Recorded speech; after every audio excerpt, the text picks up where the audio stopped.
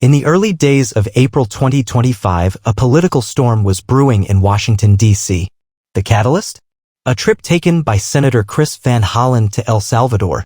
The purpose of his visit to meet with individuals connected to the country's controversial security policies.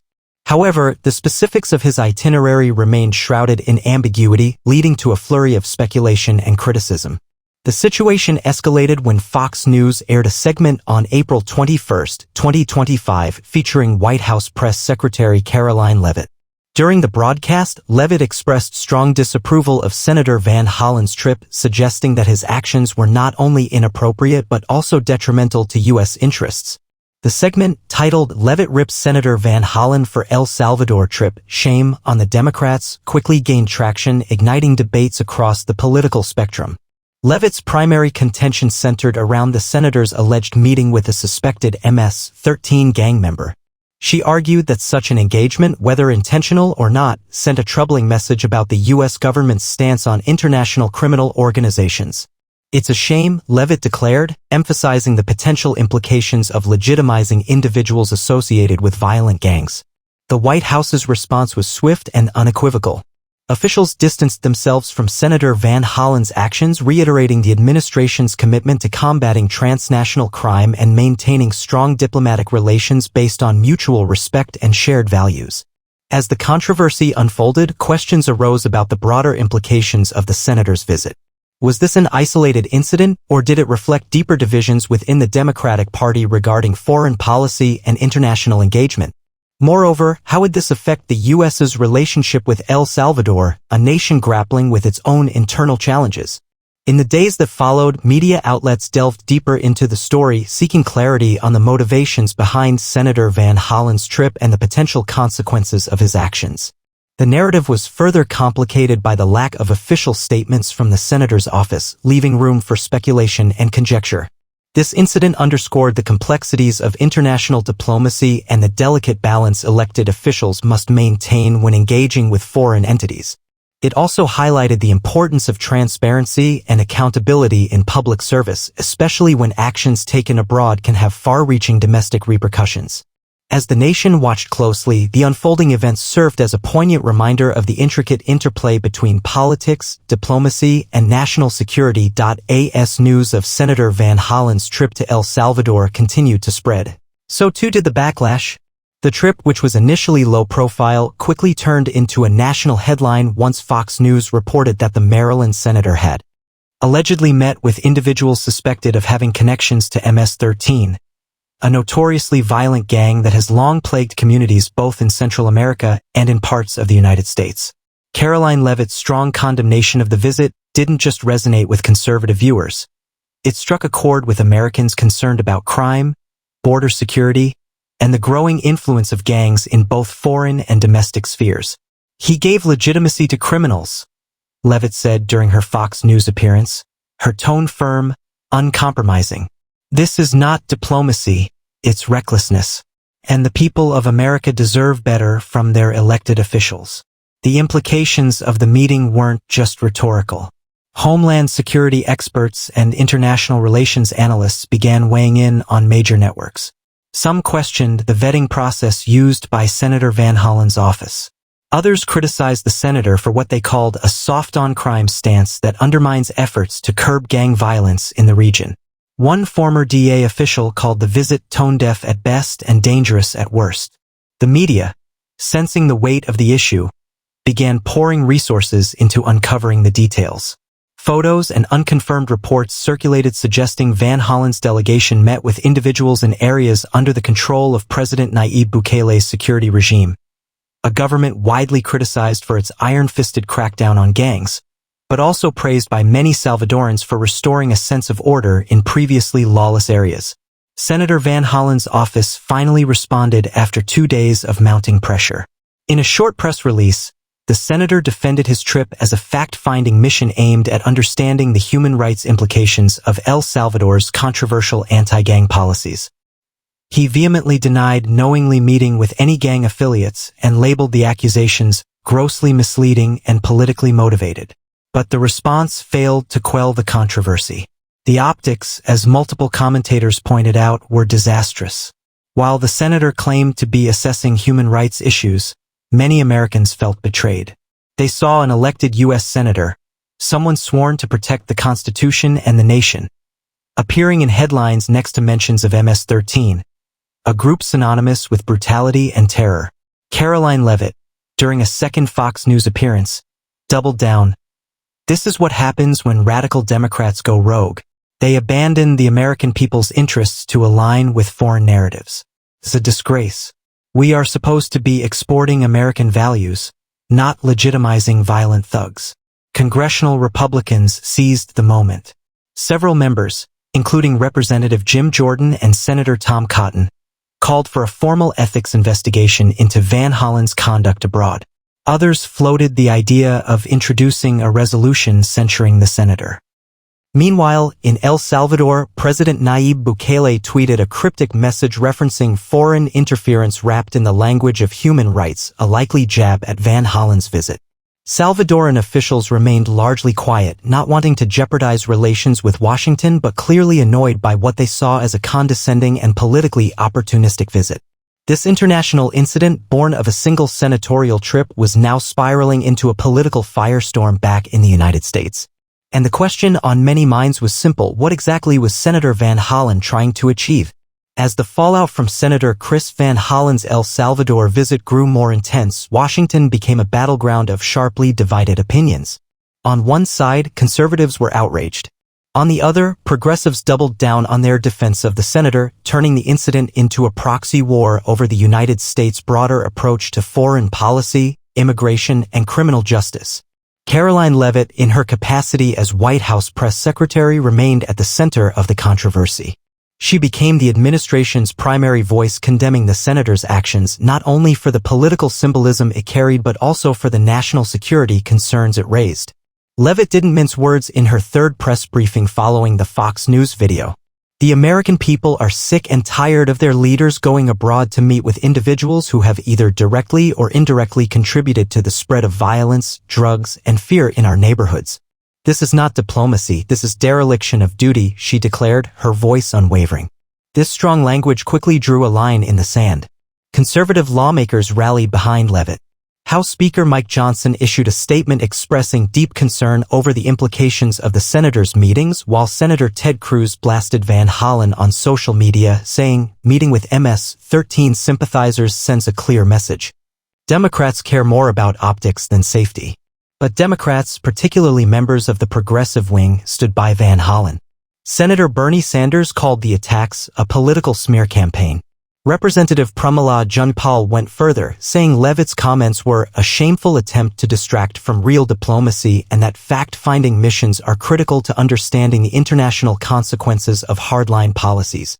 Several left-leaning publications, including The Nation and Mother Jones, published op-eds defending Van Hollen's visit as an attempt to uncover human rights abuses under El Salvador's tough anti-gang policies that have included mass detentions and allegations of torture.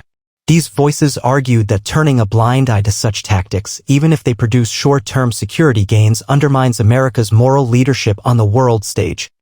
Still, for many Americans watching from home, the optics of the situation continued to overshadow the nuance.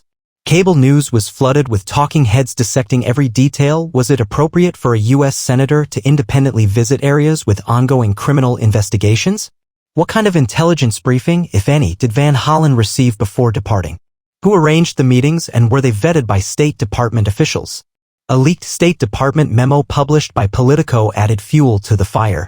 The memo, dated 3 days before Van Hollen's trip, reportedly warned of potential reputational risks and the high likelihood of contact with persons of questionable affiliations.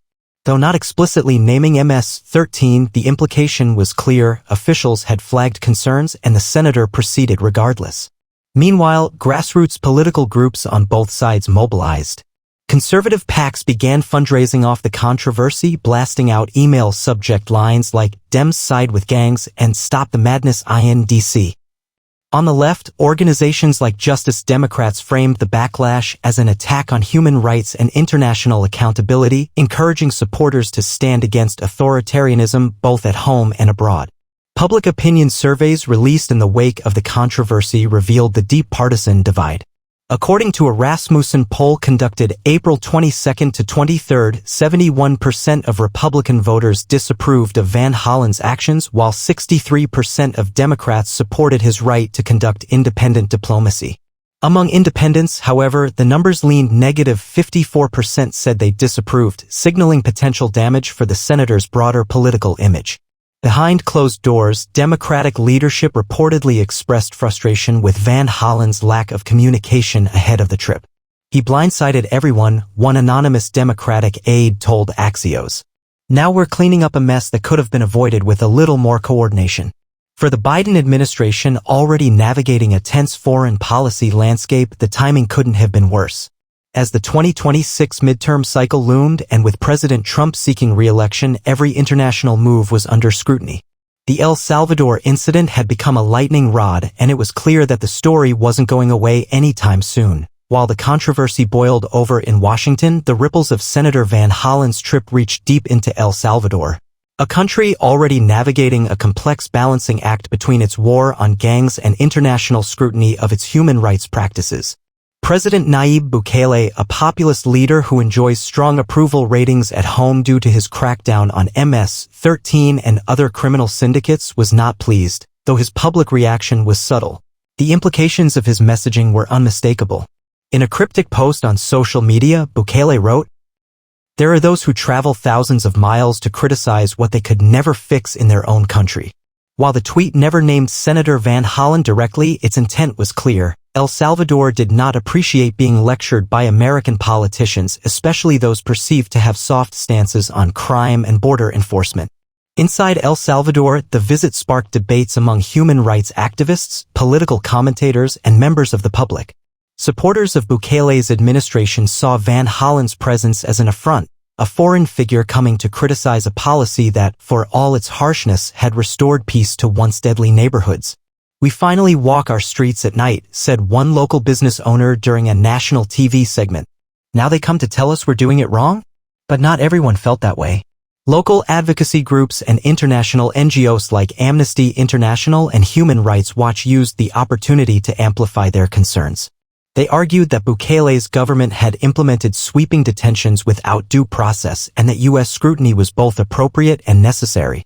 Back in the U.S., the implications of the visit were also beginning to play out on the international diplomacy front. The State Department, caught off guard by the trip and its ensuing firestorm, scrambled to reassert its official position. In a carefully worded statement, a spokesperson reiterated that while the United States supports democratic norms and human rights, it also respects the sovereignty of nations and the importance of coordination through proper diplomatic channels. However, damage had been done. U.S. Embassy officials in El Salvador reportedly held urgent meetings with Bukele's inner circle to smooth over tensions. According to leaks published by Reuters, Salvadoran officials were furious over what they called unauthorized interference and public shaming. The situation prompted President Trump's administration to get directly involved. Karoline Leavitt once again took the podium to address the situation, this time not only rebuking Senator Van Hollen but also reiterating America's support for President Bukele's efforts to eradicate gang violence. "President Trump stands with the people of El Salvador," Leavitt said. "We believe in peace through strength, and we commend leaders who are willing to make tough decisions to protect their citizens." What Senator Van Hollen did was not diplomacy, it was grandstanding. She went further, stating that the Biden administration in the past had enabled chaos in Latin America by prioritizing political correctness over practical solutions, suggesting that the Trump administration was now correcting course by supporting strong, decisive leadership abroad. The rhetoric may have been partisan, but it struck a chord. Across conservative media, Van Hollen's trip was being used as a case study in Democrat overreach. Outlets like the Daily Wire and Breitbart featured headlines such as "Van Hollen bows to criminals abroad" and "El Salvador, strong on crime, weak on Democrats." Even moderate voters began to question the senator's judgment. Editorial boards from traditionally centrist publications like USA Today and The Hill raised concerns over the lack of oversight, the unclear objectives, and the avoidable diplomatic strain the visit had created. And yet, some progressives remained adamant. "This isn't about MS-13, tweeted Representative Alexandria Ocasio-Cortez. "It's about holding global leaders accountable for human rights abuses." If we don't stand for justice abroad, how can we claim it at home? As the political drama unfolded, it became increasingly clear that the Van Hollen episode was not a simple case of poor judgment. It reflected a deeper ideological divide in American politics, not just over foreign policy, but over America's role in the world. As the controversy over Senator Chris Van Hollen's El Salvador visit entered its third week, its political and diplomatic fallout continued to reverberate across Washington and beyond. The situation had evolved beyond one senator's foreign trip. It had become a symbolic battle over how America defines its values, enforces its borders, and conducts diplomacy in a new era. President Trump, never one to let a media firestorm pass him by, weighed in directly from the Oval Office. In a fiery statement during a press availability, he declared, "This administration stands with law and order, not with politicians who fly to other countries to defend criminals. The American people want security, not sympathy for gangs." His remarks were instantly picked up by all major news outlets and trended for hours under hashtags like #StandWithBukele and #VanHollenFail. Conservative commentators praised the president for taking a bold stance, portraying him as the adult in the room while Senator Van Hollen, they claimed, was playing activist tourist. Ben Shapiro on the Daily Wire argued that Van Hollen's visit was a gift to MS-13 and showed Democrats' endless moral confusion. Tucker Carlson aired a full segment titled, "When Senators Side with the Wrong People," showing side-by-side images of El Salvador's heavily armed military and detained gang members, followed by clips of Van Hollen walking through the same streets with security escorts. Meanwhile, progressive voices tried to regain control of the narrative. Senator Elizabeth Warren and Representative Ilhan Omar joined a virtual town hall, defending Van Hollen's visit as part of America's legacy of standing for human rights. They argued that the response to gang violence must be measured, legal, and grounded in constitutional values, even internationally. But their messages were largely drowned out in the media frenzy. Karoline Leavitt, still leading the charge as the administration's chief communicator, became the breakout figure of the entire episode. Her stern press briefings, viral soundbites, and unapologetic stance earned her praise from the right and fury from the left. In an exclusive Fox News interview, she said, "Senator Van Hollen represents a wing of the political establishment that is more interested in global virtue signaling than the safety of our own communities. The American people aren't going to tolerate that anymore, not under this administration." But beyond the political spectacle, there were real consequences. In El Salvador, President Bukele doubled down on his crackdown. Following the international attention, he issued a decree expanding the state of emergency for another 6 months, citing foreign interference as justification. International human rights groups condemned the move, calling it authoritarian overreach. In Washington, Senate leadership began discussions on drafting new guidelines for overseas travel by members of Congress, especially in high-risk zones. A bipartisan proposal emerged requiring senators and representatives to obtain written clearance from the State Department before meeting with foreign political leaders or entering areas flagged by national security agencies. Though it faced pushback from some on the left, the proposal gained surprising momentum, a sign that the Van Hollen trip had deeply unsettled lawmakers on both sides. As for Senator Van Hollen himself, he returned to Capitol Hill to a changed atmosphere.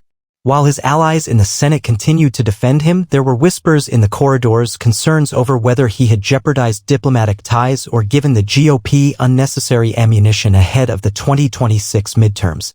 His approval ratings dipped slightly in his home state of Maryland, according to a new poll conducted by Public Policy Polling, especially among independent voters. Some suggested that Van Hollen had overplayed his hand, others saw him as a principled voice caught in the crossfire. In an op-ed for the Washington Post, the senator finally addressed the controversy himself.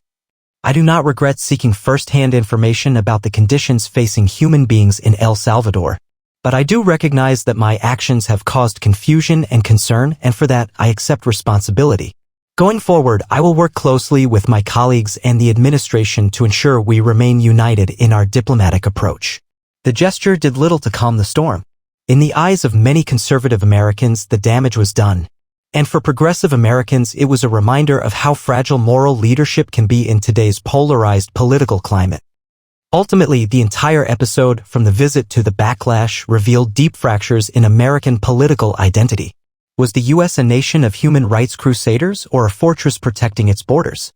Was diplomacy about talking to everyone, even enemies, or only with allies who reflect shared values? Should senators act as individual conscience-driven envoys or always remain within the guardrails of executive diplomacy? These were the questions left behind as the headlines faded.